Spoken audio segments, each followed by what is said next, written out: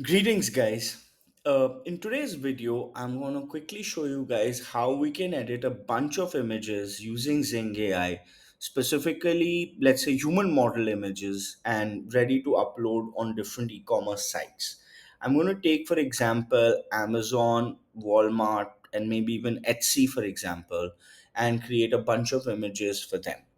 Now, let's say we've received the images. Now we need to quickly create the workflow. As you enter Zing, as you would have seen in the how to videos, you're able to do that. We quickly select a sample image, or we could also bring a sample image from the images that we have, which in this case I have in my image samples. I'll quickly go ahead and select a model. Now, let's say this is one of the sample photos from the shoot. The first thing I would want to do is kind of remove and clip the background. There we'll see like the model is separated from the background, the foreground has come up. Then we're going to go ahead and crop the nose of the model because I don't want like focus on her face, I want focus on the product. And then I'm going to go ahead and add margin. Within the margin, I'm going to put in my Amazon requirements. Let's say Amazon accepts images with 2000 width and height. Top margin of 0, left, right, and bottom margin of 10 each. And I would want this center aligned.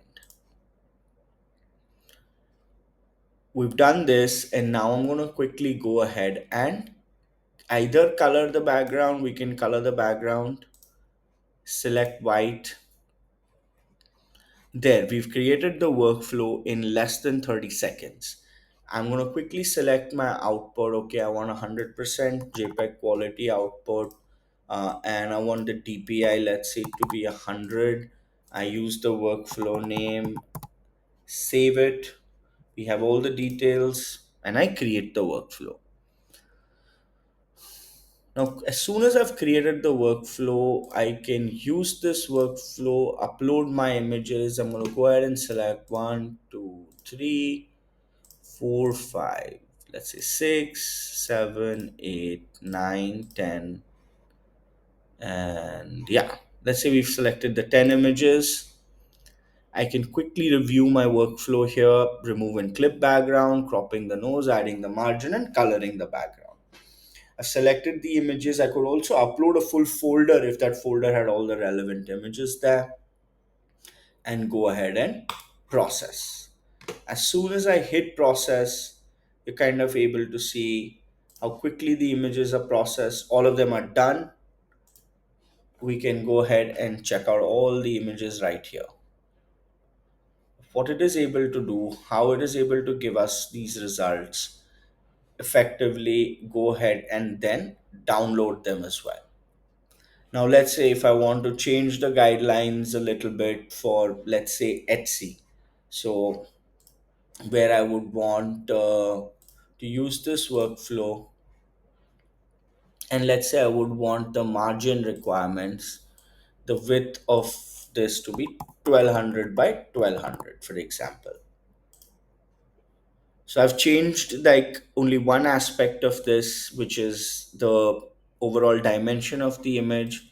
I will use this edited workflow and process these images as well. So there we go. We have the images for 1200 by 1200 as well as the other images here.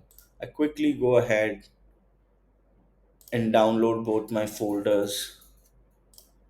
Now let's check them out.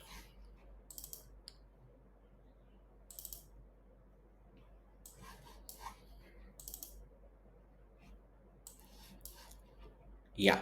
So as you're able to see here, we have two sets of images which are already ready. And that's the beauty of Zing, where we're kind of being able to do this at scale in matter of seconds by just setting the workflow right. In maybe a couple of minutes, I have images, 10 images ready for Amazon, for Etsy, and depending upon the guidelines, the way I would want to give them, I could also do that. Now, let's say we can do one more thing. I am not interested in this plain white background. I want something relatively creative. So I will go ahead, open this workflow. Instead of coloring the background, I would want to generate a background. Now, in generating a background, I will put in a prompt. Let's say aesthetic, beige, and off-white background, real photo, and depth of field. And let's say I put product as human clothes, for example. Now it will kind of generate the background there as well with the kind of prompt I had provided it. Let's say I like this, I can update this workflow.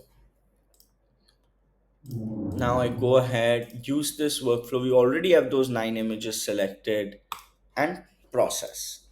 The generative function might take a little longer as it has a bunch of things that it does within, where it's removing the background. It's also generating the background at the end. So you're able to see your upload status. We have 9 of 9 which are uploaded, and now our images have started to come as well. So while the images are coming, and if this is a longer workflow, you can also check the images right here. Okay, we've gotten a plain beige aesthetic background. We've gotten the nose cropped. While the other images are coming, I can refresh them here as you're able to see. And you're seeing like the background is also not like a copy paste. It's same but different. And that is the beauty of generative AI in Zing as well. That you're able to get kind of standard responses, standard outcomes, but with a little bit of uniqueness attached to it. I think we are almost done. We have our 8 images here, we have the 9 images. So, in a matter of no time, we were kind of able to process all of these images and we have everything in place. So that's a quick understanding on how you're able to use Zing at scale, specifically for Amazon, Etsy, creating a white background, aesthetic background, depending on how you want to prompt things as well. Thank you so much, guys. More videos to come.